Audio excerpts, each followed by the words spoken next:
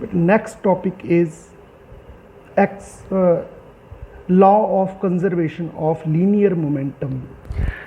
Momentum क्या होता है? Mass into velocity, and we know velocity does not change or body is not accelerated when force on it is zero. Therefore, if v will not change, then m into v will also obviously not change. So momentum will remain constant. This is law of conservation of linear momentum.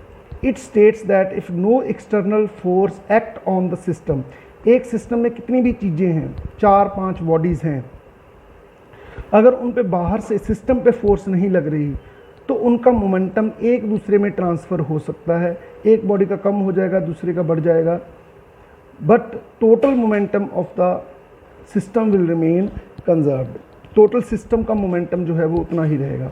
मान लीजिए 2 bodies हैं एक system में, मान लो वो एक दूसरे से टकरा जाती हैं, तो बाहर से उनसे कोई फोर्स नहीं लग रही इन पे, तो ये जो फोर्सें लगा रही हैं, इसने इस पे लगाई, इसने इस पे लगाई, तो इनका नेट मोमेंटम जो है, टोटल मोमेंटम है, वो सेम रहेगा, right.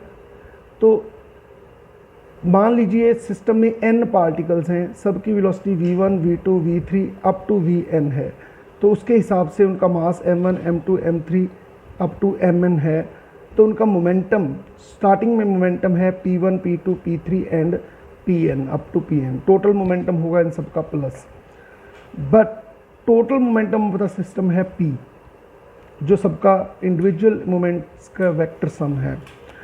Now according to Newton second law, अगर हम उस सिस्टम पे फोर्स लगाते हैं तो टोटल सिस्टम का मोमेंटम क्या होगा? F is equal to dp upon dt. But अगर एक्सटर्नल फोर्स जीरो है तो dp upon dt will be equal to zero. That means p will be equal to constant. इसका मतलब इन सब का सम जो है वो कांस्टेंट रहेगा.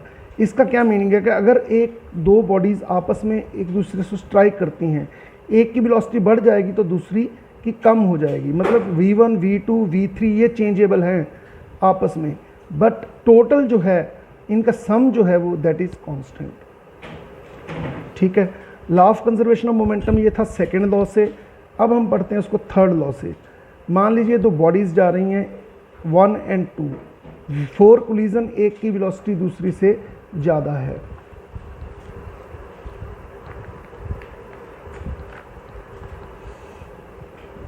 तो ये बॉडी इससे तेज है, ये बॉडी इसमें जाके स्ट्राइक करती है डेल्टा टी टाइम के लिए. उसके बाद ये इस पे स्ट्राइक करते हुए फोर्स लगाती है FBA, ये बैक फोर्स लगाती है FAB, एक्शन एंड रिएक्शन. सो उसके बाद ये बॉडी तेज़ हो जाती है और ये स्लो हो जाती है, तो इनकी वेलोसिटीज़ चेंज हो जाती हैं, ये सेपरेट हो जाती हैं. अब इस कोलिजन में इसने इस बॉडी में ने इस पे फोर्स लगाई FAB, B बॉडी ने A बॉडी की, तो ये होगी F. इम्पल्स कितनी होगी इसकी? फोर्स मल्टीप्लाई कितने टाइम के लिए कांटेक्ट हुआ है, and this impulse will be equal to change in momentum. और चेंज इन मोमेंटम क्या है? इस बॉडी की फाइनल वेलोसिटी है v1 और इनिशियल वेलोसिटी है u1, तो m1 v1 minus m1 u1 that is the change in momentum.